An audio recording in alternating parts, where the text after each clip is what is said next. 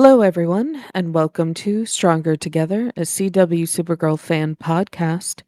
My name's Snowy. And I'm Nick. Today, we are going to be discussing the episode for the girl who has everything. In this episode, a parasitic alien attaches itself to Kara and traps her in a world where Krypton was never destroyed, leaving Alex, Hank, and the DEO to fend off a Kryptonian attack without her. This is one of my favorite episodes, not only of this season, but of the entire show. This is one of these episodes that is based on a comic, but I think this is one of these stories that are based on, Kal-El that work significantly better for Kara than it does for him. Yeah, I remember after this episode came out, even general comic book fans who adore Superman, he's one of the biggest superheroes, just like Batman, even they were pretty loud about saying that this particular storyline worked much better with Kara than it did with Cal or Clark. It has more resonance, perhaps. I mean, I feel like in reality, maybe the whole Black Mercy thing could work for anyone, but I think with Kara in particular, I think it has this very deep resonance of you really feeling that pain that and everything she lost. So Yes. I understand why people reacted to it the way that they did. Yeah, absolutely. I think exactly because of that, because Kara had like the lived experiences that Kal-El never had, that it hits so much better for her. That it is a shame that because it was based on a comic from '85, that it was, of course, adapted for Superman instead of Supergirl. I think at the time it was a little bit post crisis. So she wouldn't even be alive in the comics at the time. But this is a story that works so much better for Kara than it does for Kal-El. That is amazing that they went through with it. Also, to be fair, like Superman has always been the most popular superhero, so of course most stories are about him. Mhm. Regardless, I think this episode is particularly solid. And then when I was doing research for this episode, I actually read that this episode was supposed to be the finale of Mhm. the first It season was. before Yes. CBS decided to order seven more episodes, and I completely forgot about it because, to be fair, it's been 10 years. Mhm. But Yeah. I do remember that this was supposedly the finale, and that you can Yep. tell because it has like a significantly higher budget than the rest Mhm. of the episodes. Like the effects are particularly good, the cliffhanger is fantastic. So you can Mhm. see still the remnants of how good this episode was to be for a finale. Yeah. And it closes a lot of threads up until this Yes. point that it needed to close sort of the way a show would for the end of a season. Yes. And I think you can really feel that. I think if you're paying attention to it when you rewatch it, I think it still works very well bridging into the rest of the episodes they make for this season. But yeah, I don't know. There was something about this season and everyone working in the writers' room and the showrunners. I really feel they were doing really, really good work in a way that I'm not sure fully got recognized at the time. I agree. So this episode kind of reminded me of that I was like, this is actually a really excellent episode of television. It is. It is. And you can still feel like that sense of finale that shows have.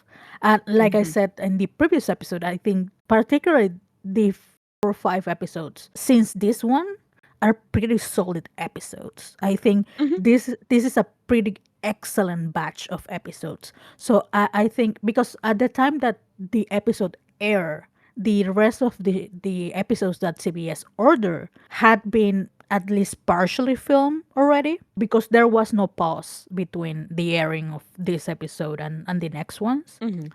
So it was just a finale in the sense of, technically on a schedule for the filming of the show, not necessarily for the airing of the show. But you can still feel like that sense of that the stakes are high inside the episode. Yes. I really like that energy that the episode had. And again, I will mention it because I think it's worth mentioning. This episode in particular had fantastic visuals.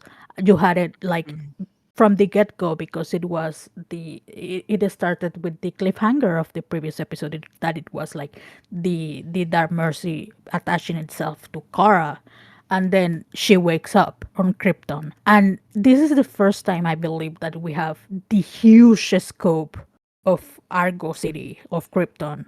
like Mm-hmm. outside of Kara's apartment. And I think we saw like whenever they judge someone, there had been the two sets, and we see them Yeah. again. But in this one, you see like the city, and you see like the pot flying. So it has a little bit more visual effects that is, particularly at that time, really expensive. So you Mm-hmm. know they were saving for this finale, quote unquote. Well, and you can tell for the Krypton piece as well because it was so big in this episode. Just they'd also built a few more corridors, a little Yes. bit more space. They set decorated a bit more. That all costs money. It all takes Wardrobe. time. And the wardrobes. Yeah. The amount of actors they had in this episode is another thing that would have been costly Yes. because they were, I think, trying to tie a lot of threads together, which when you realize remember and realize it was supposed to be a finale for a season, it makes sense. Like, but I'm like, yeah, I think this episode you feel that. And I remember at the time when these episodes were airing, I didn't know how they were gonna open this episode. And I think what I noticed watching it this time is this season up to this point had a lot of episodes that had cliffhangers where then they open up right where they Right when uh they're, yes. right where they ended. What they chose to do with this one, which I think was wise, is that actually opens with Kara in Argo rather than in her apartment. And I think Yes. that was very wise. And I really love the energy. I think something I noticed after this opening scene watching Melissa in it is she doesn't have tons of dialogue actually in the Krypton scenes. She has some, but a lot of it is other characters. But and I think what's important here and why it's important you have as good of an actor as Melissa in scenes like this is it's all in her face. It's all in what's going on behind her eyes and her body language and how she wakes up. And the fact that right away, Kara being Kara, because Kara's, as we've said, she's a smart cookie, she's not dumb. She's already questioning. She's like, this can't be real. She's like, what the hell's going on? And of course, the Black Mercy is trying to keep her convinced the whole Ye- episode. Yeah, the entire plot of the episode is basically gaslighting Kara. Hmm.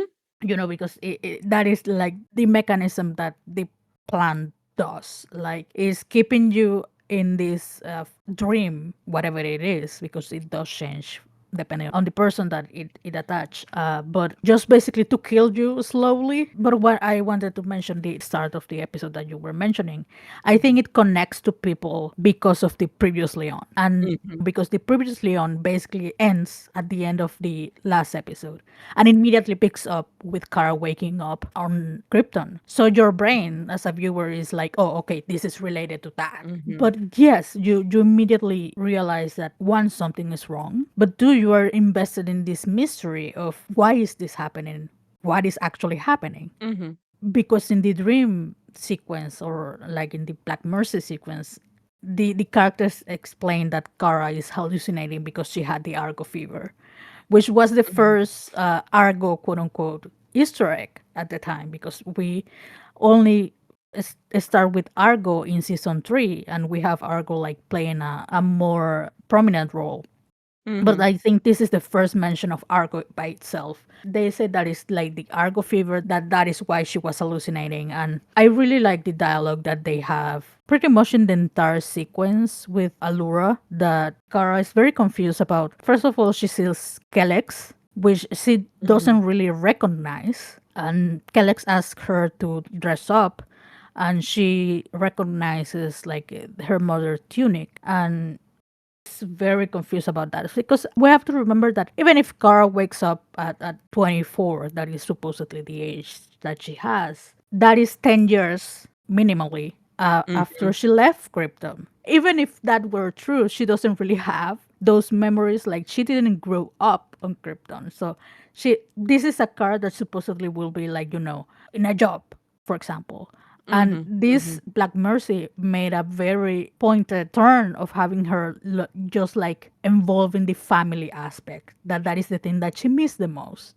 So Yep. most of the scenes that are basically manipulating her and keeping her content inside the dream is basically with her family. And you see it when she's first trying to wake up and trying to understand what is actually happening. The first thing that the Black Mercy does is first like this culture that she did when she was a child for her dad. And then when that doesn't work, they bring up Sorel to Mhm. keep her like calm. And when she starts getting agitated again, comes in like a kid Kal-El that she Mhm. never really got the opportunity to see even. And then when Mhm. she gets once again like trying to figure out what is happening, Astra comes in, like, and not as an enemy, but as her aunt.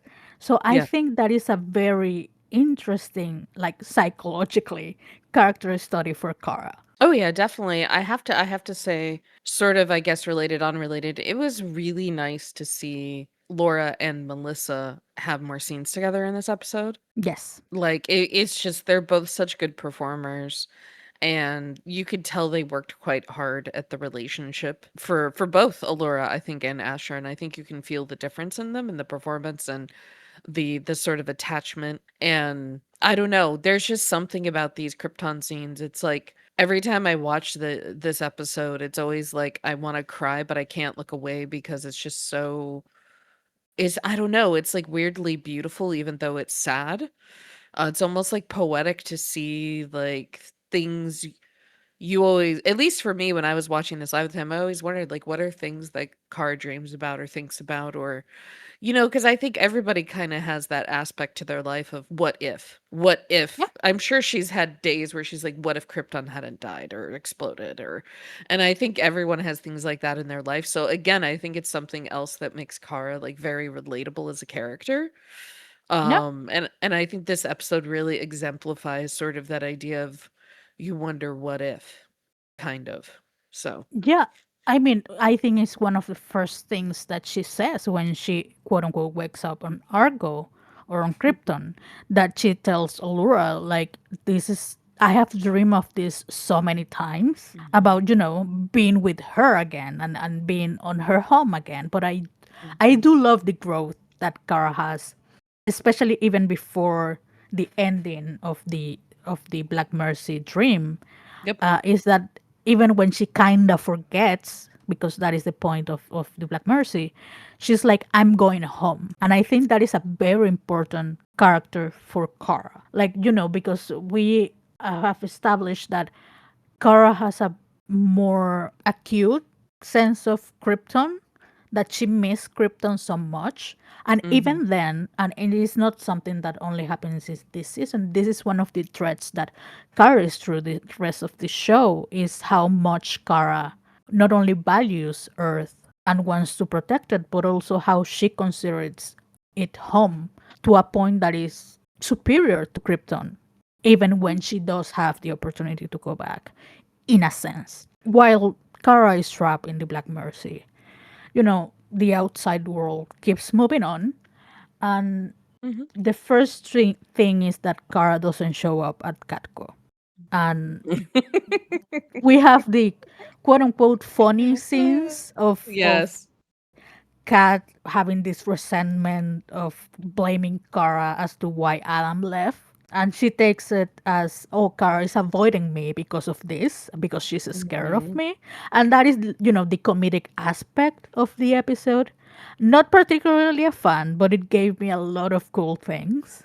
I think Kara is one of the few people that know how to deal with Kat, and you can Mhm. tell that it wasn't Kara because she couldn't deal with Kat. At the start, Kat goes and asks Win why Kara is not in her desk, and Win is worried immediately because he cannot get in contact with Kara either, and he goes and asks Mhm. James the same thing. James says that he couldn't get Kara either, so they call Alex, and the three of them go to Kara's apartment. And that is Mhm. when they find Kara unconscious with the Black Mercy on her chest.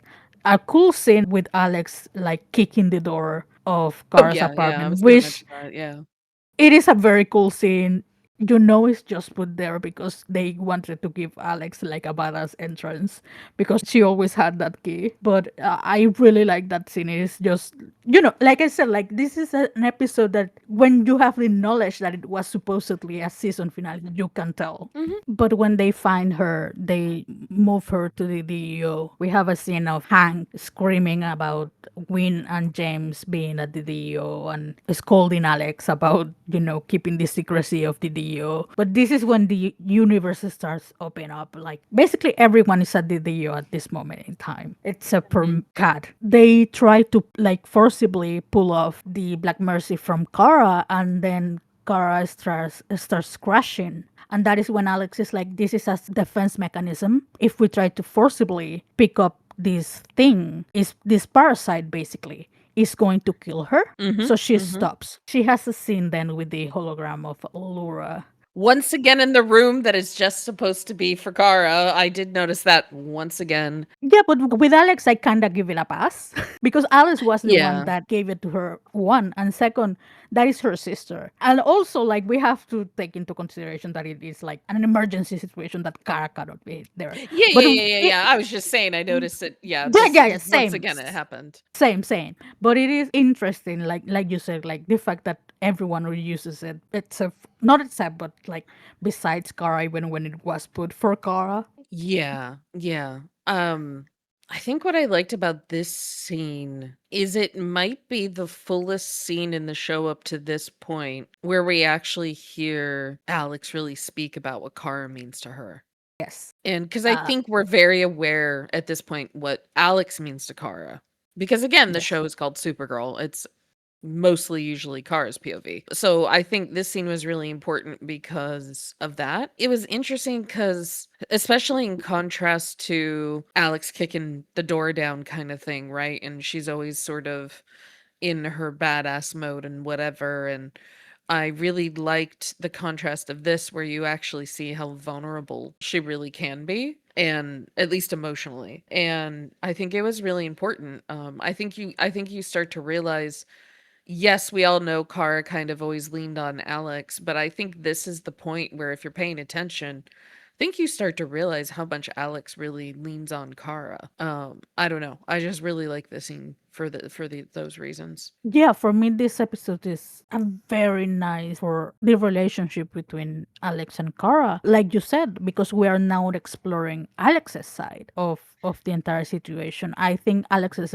emotional journey, like I said, it is like the stakes are raised, especially because at the end, then you have another conflict brewing up that is going to pick up in the next few episodes. Mhm. And I have to say that as an actor, I don't know how exactly you deal in the situation of Allura because when you're filming, Mm. Laura should have been like in the room, Mhm. but Allura doesn't really have any emotional scenes because that is an hologram Mhm. that doesn't really have any answers. So it is all falling on Kyler and Alex's emotional journey. Yep. Alex doesn't get answers from the hologram.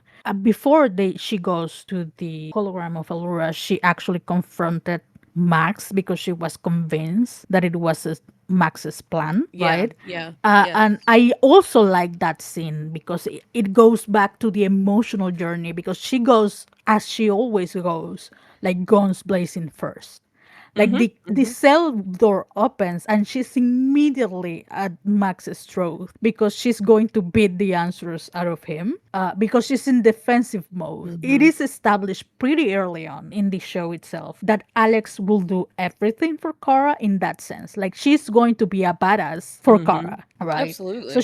she's convinced that Max is behind this and she goes to him, try to beat the shit out of him if it weren't for John stepping up. And I really like that he goes like, if I figure out that you are behind this, I'm leaving her with you, which Yep. is terrifying Mhm. for It Max. is. And I will never understand like the shipping aspect in both Max and the writers because I cannot see a world in which Alex will develop feelings for someone that tried to kill Kara. Yeah, yeah, it's not gonna happen. It's not gonna happen. I think something I didn't consciously think about until I watched this episode for the podcast again, because I'm sure it's crossed my mind before, but it stood out to me here is that once again Melissa's having to do some level of double duty because she is once again getting to do the thing I love that actors get to do is she's getting to be Jean as Kara in Yes. Catco. And she is perfect at this.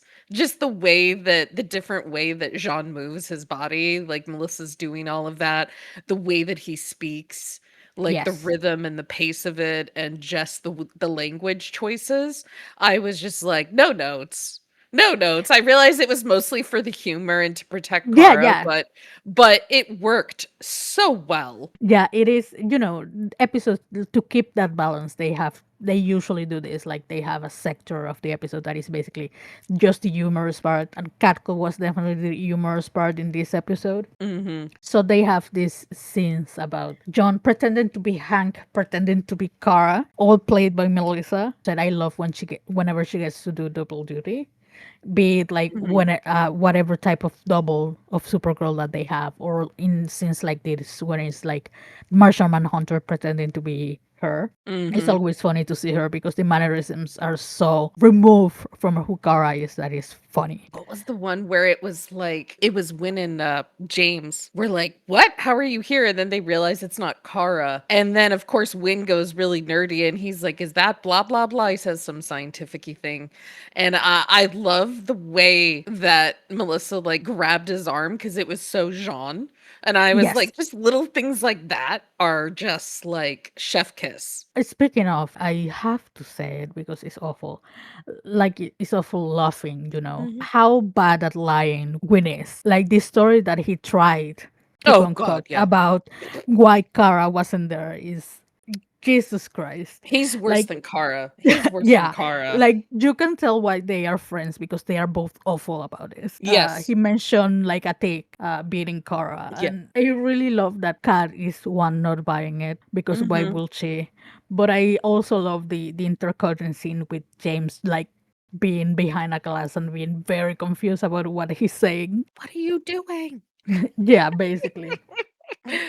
I think it's in the scene more when Jean and Kat are talking. I think you can tell from like the body language that Jean is like, whatever, this woman doesn't ruffle my feathers kind of body language. Yes. Boy, by the end of that scene, I Yeah. think Jean was like, woo, who is this woman? Yeah, you have at this point, like John, I think, underestimated how intense Kat is. And Hmm. he already had an experience because he dealt with her in the Livewire episode.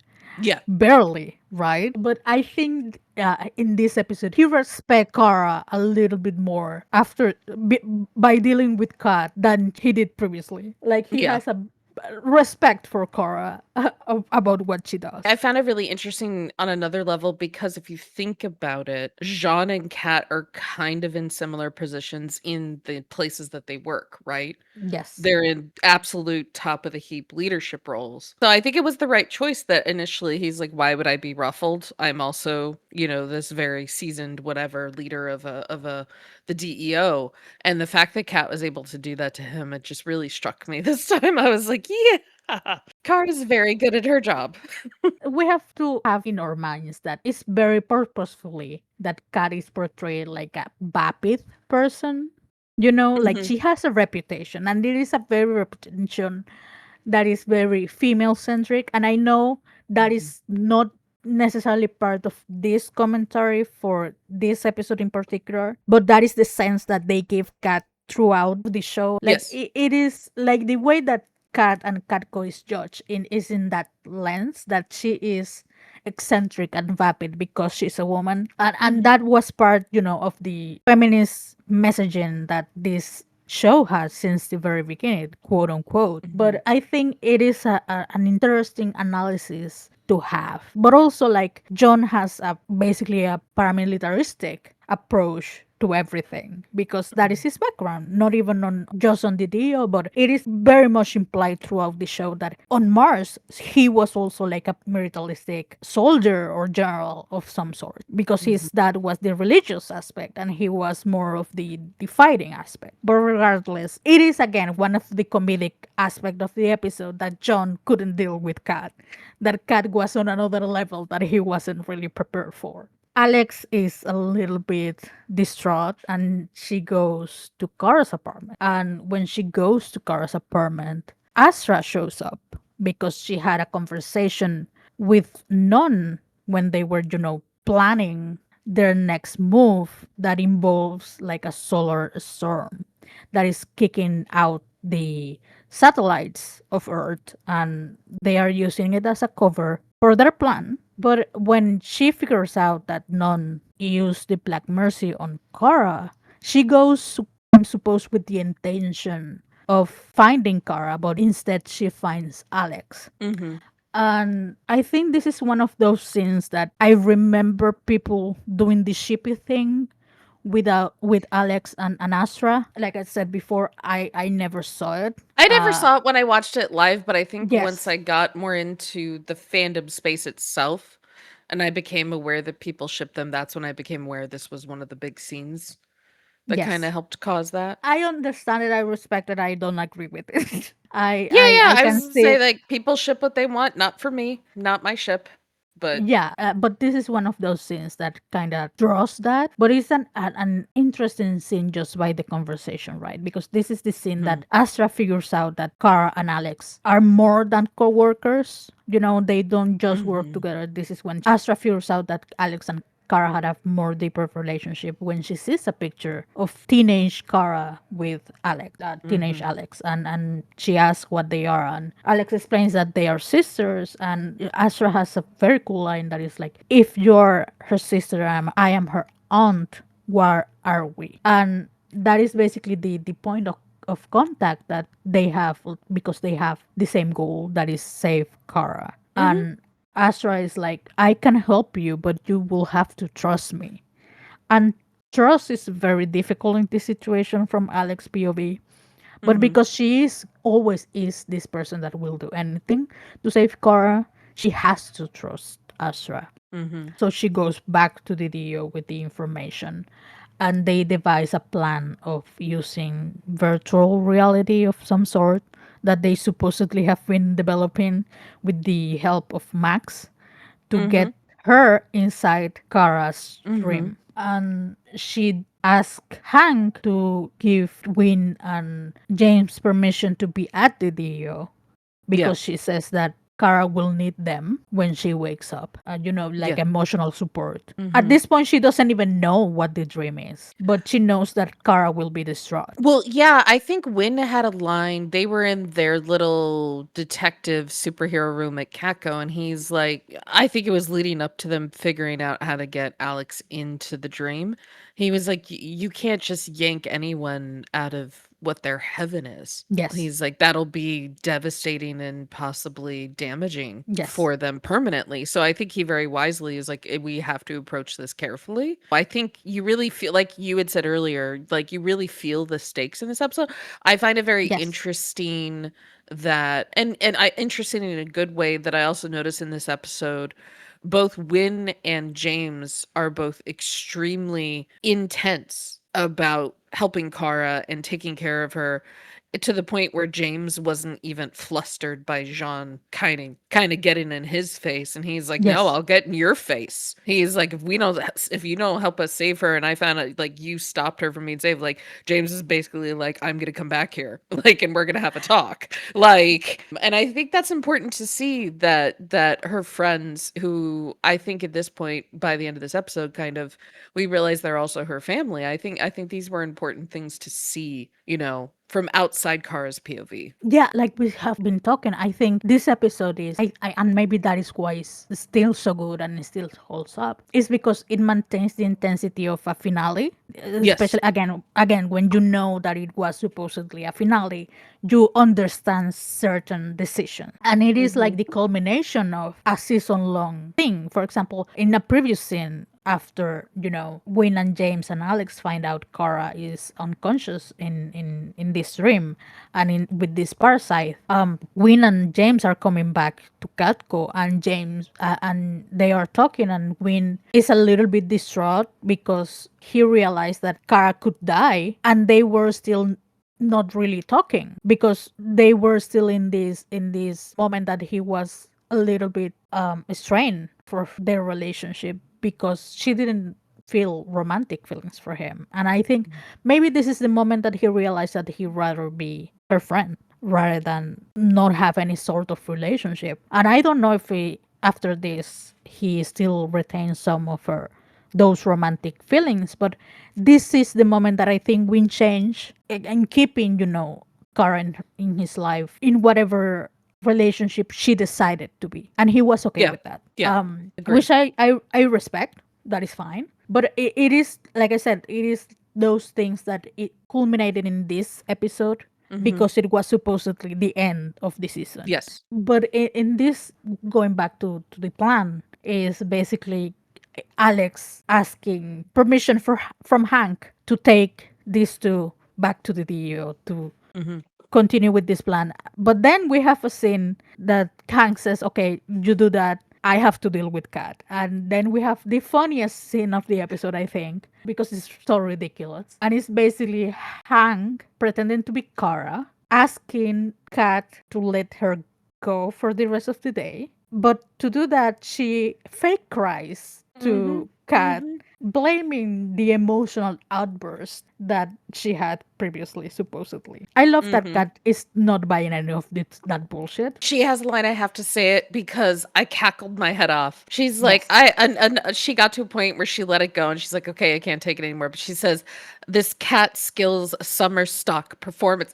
I was just like, oh, like the knife in the heart, man. Being like, your performance is so bad, it's only good enough for like repertory, like acting in Bumble F. And I was just like, wow, burn. Burn. Cat is so good at burns. Again, Melissa doing the time of her life because the faces that she's pulling out are Oh so god, yeah. funny. Oh god. But It's and we have said that Melissa is particularly good with comedic tones. She does yes. really well whenever she has to do comedic. Not to say that she's not great whenever she have to do emotions, she does. But whenever she does comedy, it really, because this is a full body performance. Yeah, yeah. I have to say that I thought about this in this episode, and because you just said that, I think this episode is a really good showcase for how good she is at comedy and actually how good she is at depth of emotion in Yes, performance. you get both. You get both in this episode in a way that is devastating on either end of the scale. Like the comedy makes you cackle so hard. Everything she does is so quietly visceral, whether it's she's doing comedy or she's doing the more dramatic things or even small things when I don't know, she's just walking across a room or her body movements. And I think it is a testament to the fact that she really is one of those classically trained like full body actors. And I think what really hits in this scene where she is so still and so quiet is I think it's a scene where you really feel the vulnerability she brings, which I think for actors, I think is one of the most difficult things to make feel really present and real in a character. And again, this episode is just a fantastic showcase for the range of what Melissa's able to do. And I think it's also a testament to how much she also cares about the character. And I don't know, we've said all these things before, and I don't know, we're going to keep saying them. Yeah, I completely agree. But yeah, Hank somehow manages to convince Kat to let Cora go. So he goes back to the DEO, and then they do the virtual thing. Hmm. Alex takes a moment to ask James. She says that if something goes wrong, Hank will want to pull her out of the simulation or whatever it is. I Hmm. don't recall what they call it. But she asked him to stop him because, and I love this line, I either come back with my sister or I don't come back at all. And that is Yeah. the depth of Alex's love for Kara. Like, I'd rather not live without my sister, which is both devastating and so lovely. because the love of a sister is so important, of a Mhm. sibling, whatever. And that is one of the things that is criticized about an episode on season 2. That is not even an episode of this damn show, but it's related to it. And we will get to that when we get to that, but Mhm. whatever. Mhm. Alex enters the same dreamland that Kara is at, and she Mhm. realizes very quickly that she is on Krypton. She Mhm. gets basically captured immediately, Of because she goes course. directly to Kara, and she's very factual about what she says to Kara. And but at that moment, the Black Mercy had done the entire manipulation thing, and Kara has forgotten about Earth and about Alex and about all that. And even then, you can still see the upbringing of Kara on Earth, because the first thing when she sees Alex and she's perceiving her as an enemy, the first thing that she does is protect Kid Kal-El, which I thought was a Mhm. really nice touch. Yes. That was her, basically, I have said, the prime directive that she had when she left Krypton. Mhm. So the fact that she does it in this particular scenario is really cool. But Alex is basically pouring her heart to her sister. Mhm. The way that the dreamscape works, basically she gets captured and she kind of wakes up when she's getting like judgment, and we are in the same place that Astra had her trial, and Yes. she is condemned, quote unquote, to the Phantom Zone. Alex is condemned to go to the Phantom Zone in this dream scenario. Kara is there, Kal-El is there, Torel is there, and because it's part of the dream, Alex starts again Mhm. pouring out her heart, and she says that she wishes that she could take the pain away that Kara has. But in this speech, she does mention like the work that Kara does as Supergirl, and she mentions Supergirl. And that is what makes like the switch connect for Kara, Yes. because it does seem like she recognizes it. And that is when kind of she starts to remember that when she first woke up in this dream, she was looking for that, for Supergirl, Yes. for Alex, for Earth. And she starts connecting, and she recognizes Alex. She takes a step, and she kind of has like a tearful goodbye with her family, her mom, her dad. And then is when the tactic of the Black Mercy changes. That is when they start attacking Kara Mhm. in this dream scenario. But I did like, for example, when Kara's thoughts were straying, quote unquote, from the dream, the world itself started collapsing. And I thought that was a really cool, like, Yeah. added bonus inside the dreamscape. Yeah. But the acting of both Melissa and Kyler, also Laura as both Yeah. Asra and Allura in this scene, were pretty cool. Like, you can feel Yeah. the entire emotion that they were Well, going through. and the emotion, and I think you can also feel the progression that Yes. each of them has in the scene, and I think that is extremely hard to convey as an actor, like the progression of leading up to basically Alex reaching maximum desperation, I guess, arguably, because she's basically breaking down and crying, and we all know Alex hates that. She Yes. hates sort of visible vulnerability showing. And the fact that she's basically still screaming at Kara while she's crying, I think, is an impressive culmination of how far she's willing to go and how much she's willing to show. And then you have Kara, like I said this earlier, this episode's interesting because Melissa doesn't have a ton of dialogue. And I think this is why it's so important that she can show, particularly in this scene, the progression of her reaction to Alex and then the realization and the connection. Like Melissa basically does this with almost no dialogue. Like that's really hard to do and to keep that thread and to show that progression. And then you have Laura having to do this progression. I can't remember if Astra's also in the scene, but at least as a Laura, and then she has to make this progression, and then she suddenly has to be the creature. So it's just like this whole scene is just so intense, it's so moving. And then when you think about how intense that must have been for the actors to shoot, it's just really impressive work on everybody's part. Yeah, we have the scene then that they're both basically being attacked to the floor and then trying Yeah. to reach hands. And it is a beautiful scene. And then Alex wakes up. And because of the situation that they were in, Alex thinks that Kara didn't wake up, and Yeah. she has a very emotional scene with everyone at that room. She's screaming at Hank about Hmm. pulling her out, and she's screaming at James for not stopping Hank from doing Hmm. that. And he has to tell her that, basically grab her by the shoulders and scream at her that he didn't pull her out. Yeah. And that is when the Black Mercy kind of shrivels away from Kara's chest. Hmm. And that is when Kara wakes up. And I have to say, Melissa knocked it out of the park, because that is a full minute and a half, 2 minutes scene where, Alex and the Dio are talking, and Gwen James are asking if Kara is okay. And Kara is silent. She's Hmm. moving, she stands up, but she is silent. And you can see the barely concise rage that she has in that scene, Hmm. the heartbreak that she's feeling, Hmm. all the emotions that are playing in her face, and she doesn't say a single word for a full Hmm. minute and a half. Yeah. And again, I have to commend Melissa for that, because Mhm. it's difficult to convey so much just with your face and your It is. eyes. It is. It is. She basically, in my opinion, put her soul into it.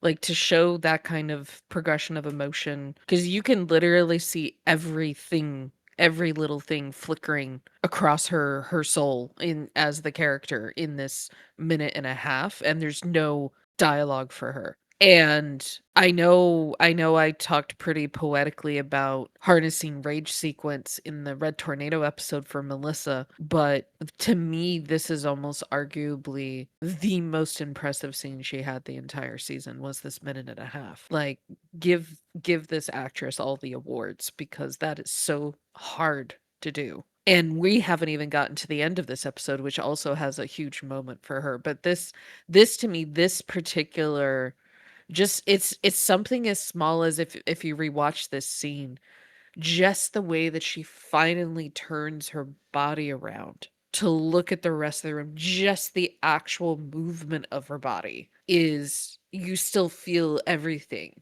It is literally basically her being broken in a very different way than she was in the Red Tornado episode, but I think it's equally important.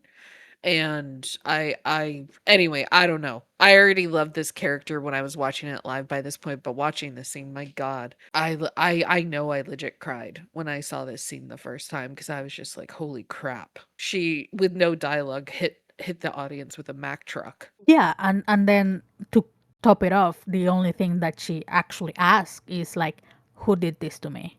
Yep. And Alex immediately says like, "None." And they go into the plan, because at that point in the episode, they have been dealing with the solar storm, and John Hank has been like, "We need to get the satellites back on," and until Wayne had come in and said like, "Have you thought that maybe the Kryptonians are actually using the fact that we don't have satellites to do whatever they want to do," right? And Mhm. when Alex went into the dreamscape with Kara, Wynn started working with the Dio, figuring out what that plan was. And apparently he did. Using the satellites, he realized what the Kryptonians were doing, and it had to do with some of Max's warehouse, that they were doing some technology that I think it has to do with communications, but I'm not Yeah, I entirely think so. sure. They don't really explain it that much. But then they devise a plan to intercept the Kryptonians, and Kara is still in the background, and you can see her kinda disassociating, and she's basically thinking that she's going to fucked up Don. And then she tells Hank, "Don is mine," and Hank is like, "Go ahead."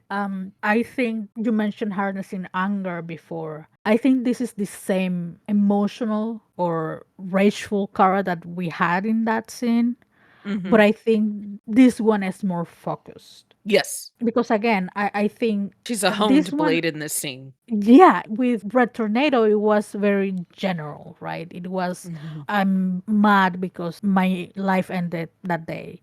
Things I haven't let myself think about burst out of me, kind of. Exactly, Yeah. exactly. But in this one is basically that amplified it, because it was done to her again, and this was basically a dream that she had. And like we mentioned, Mhm. she did say it at the start of the episode that this was a dream that she had for years about, when she first came to Earth. She thought about, you know being on Krypton and living in Krypton. And imagine the pain that you had. And then this guy did it. That it's, again, I will mention, they are supposedly family, even if just politically. Like, that Mm-hmm. is her aunt's husband. Mm-hmm. So they are family, and this guy is doing this cruel joke to her, even if, it was supposedly to kill her to begin Mm-hmm. with. But I do love the rage that Kara goes through, and she Yeah. screams at Non's face, and she Yeah. says, You made me lose them again when she screams that at him. yes. Oh my God, my heart broke. Absolutely. And also, I will say Kara's fighting skills have been developing steadily. And we have to remember, Non is part of the military guild from Krypton. Mm-hmm. So he's very competent in this. And the previous time that they face each other, Non basically wiped the floor with Kara. And that was like 4 episodes ago. This Mm-hmm. time, Kara not only held her own, but she was the one that wiped the floor with None, Yeah. to the point that he basically had to do something else to just escape, like put human life at risk so he could escape. Something that Yep. he knew Kara will stop for. So it is a very interesting plot. I will say none in this part of the episode has basically plot armor because he's going to be like the final Villain of the season. villain of the season, exactly. Mm-hmm. So that is why he has plot armor. But I believe that if he didn't, Kara could have killed him in this instance. I think if he hadn't been needed for the plot, I definitely think she Yes. would have killed him. Yes, absolutely. I've always said between Clark and Kara, Kara's much more likely to throw a punch and much more likely to kill someone. Yes, absolutely. And I will say it again. I think Kara should have that mentality. That Yes, is what will differentiate her from Kal-El. absolutely. But again, neither here nor there. But they are using Myriad, and I think this episode is the first time that they mention Myriad. I think so, yeah. At this point, we don't really know as an audience what Myriad is, but we see that they are using telecommunications. They are embedding some kind of technology inside the satellites that Max has, and Astra is doing exactly the same in another part. And Alex is the one that finds her. They fight. Astra has Alex on, and John Jones comes in. It's not even Hank, it's John Martian Manhunter. Mm-hmm. Astra at first believes that it's Kara because, well, she realized that it's Martian Manhunter, and she says that she thought that green Martians were extinct. And John says that he's the last. They fight. Astra gets the upper hand, and she's going to kill John. And then Alex stabs Astra with a kryptonite blade. We saw a scene Yeah. that she picked something from the armory of the DO, but it is not revealed until this point that it was like a kryptonite sword of some kind. I'll say two things. I always forget that this is the episode that Astra dies until I see the scene of Astra at the roof using whatever device is to activate Myriad. I always forget that this is the episode that happens. Mm-hmm. But two, once again, Kryptonite very inconsistent in this damn show. Because she had been previously stabbed with a kryptonite blade and she was fine. But Mm-hmm. this one, because it was a bigger blade, she Yeah, died. yeah. I don't know. I don't know the explanation. I have always, even with the comments, have the thinking that even if you were stabbed with a kryptonite sword like this, unless the blade is still in you, you will be able to heal given your powers as a Kryptonian. Yeah, agree. It is magic of the television and inconsistencies all across the media. Mm-hmm. Mm-hmm. But also, I will say that Laura Benanti knocked it out of the park with Mm-hmm. her scene with Kara.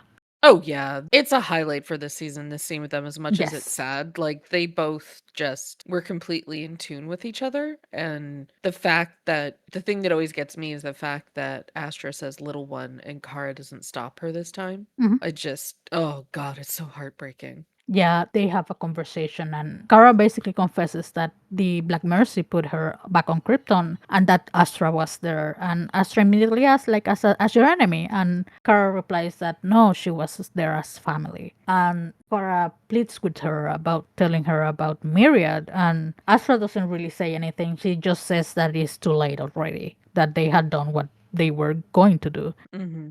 And then she passes away. Mm-hmm. And Alex was to immediately tell Kara what happened, and John stops her and says that it was him who killed her. Mm-hmm.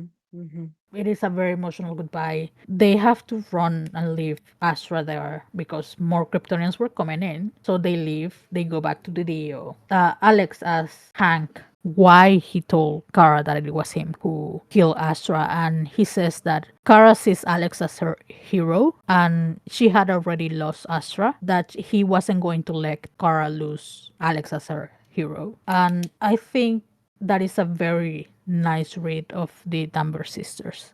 Yeah, absolutely.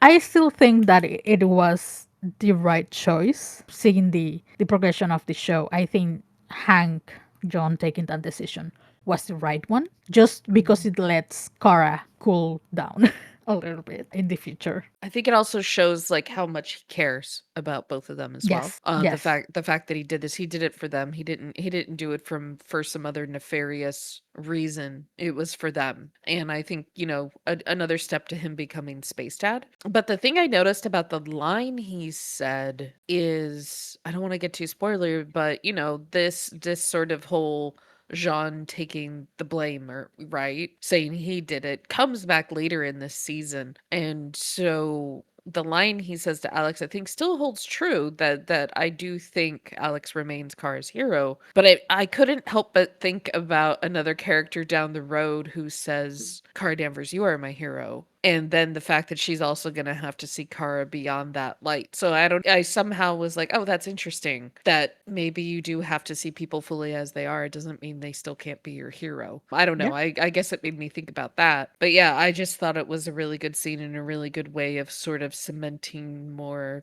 the space dad relationship with both of them.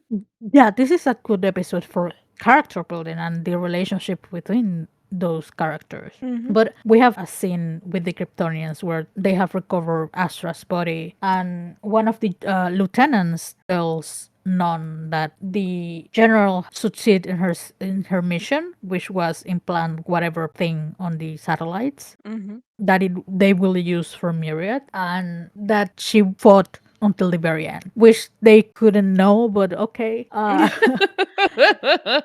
It is part of the belief that the Kryptonians have, especially in the guild that they were at, because they were militaristic, that Hmm. they need to die fighting with honor. And we have that scene with Non. That is basically him taking now the leadership Hmm. of the plan now that Astra is no longer there. But the end of the episode is James, Wynn, and Alex at Kara's apartment, and they are cleaning, everything. And Kara comes in, and Wynn apologizes, or as close to it as he gets, I guess. He basically resumes being Kara's friend. They have pizza and pot stickers because that is Kara's food, Hmm. and they decide to just stay the night. And once again, Alex tries to tell the truth Hmm. about being the one to kill Astra, but seeing Kara's face, she kind of sidetracks and just tells Kara that in trying to keep her job, Hank had to pretend to be Kara with Kat. And Kara simply laughs and says that that couldn't have ended well. And that is when James and Win pick up the conversation and said, like, no, it was pretty terrible actually. And they end,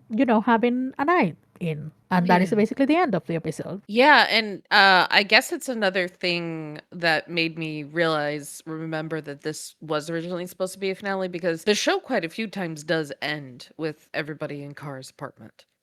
Yes. As a group. So I was like, yeah, but regardless, I think this episode, for me personally, I think it is one of the best episodes of the entire series. It's just a very strong episode. It's a wonderful showcase for many of the actors in the show and the Yes. relationships within the show, and how everybody is so connected. And I don't know, it's one of those ones where I love it even though there are parts of it that are just completely devastating. Mhm. Just an excellent episode of television, regardless of genre of the show. Just a great episode. Yeah, this is one of the episodes of particularly this season that it still holds up. Like visually, and the plot of the episode itself is really extremely solid. Hmm. So again, I will repeat it. I think this is one of my favorite episodes of the entire show still. I wanted to ask about something Sure. because this is the episode that we quote unquote lose Laura Benanti Hmm. from the show, basically, because the Yes. rest of the time that she shows up is as a hologram or with flashbacks. I Hmm. do wonder if you think that she was offered since the beginning that was the plan for her all along to be like a regular until this episode, and then she will be like a guest starring role for the rest of the show, presumably. Because for her, it will be like a quick showing up at the studio for like a week Hmm. and a half and recording all her scenes as an hologram. Yeah, yeah, yeah. Or doing the flashbacks really quickly. Yeah, Yes. I don't know, maybe.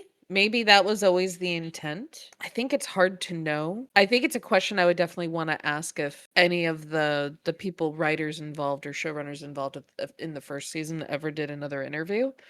Never gonna Mhm. happen, but pie in the sky dreams. I think that's Absolutely something not.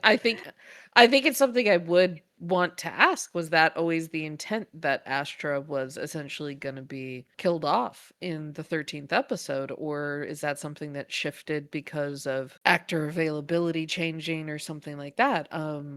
I think either way, it could go either way. I'm not sure. Yeah, it is interesting to see how different the show would be if Astra had survived. I do think it is a pretty big thing for it to be like sprung in very last second, Yeah. but it could be like that the availability of Laura became an issue early on, or maybe she was always offered that she will be just a regular for that many episodes, especially because again this was the season finale, so it will be logical to be like, okay, you will be a regular for one season and then the other seasons you will be just recurrent. Mm-hmm. Mm-hmm. But alas, I think this episode was a showcase for the relationship between Alex and Kara. And I Absolutely. think, interestingly enough, it does play into the next few episodes when they have conflict because of Alex's role in the death of Astra. Mm-hmm. Pretty solid episode. Yeah, I love this episode. I think it's one of the best of the whole series. It's one of my favorites. Just great episode. Well, that will be all from us. I hope you enjoyed the episode as much as we did. Thanks for listening, everybody. Hope you enjoyed. El Mayara. El Mayara.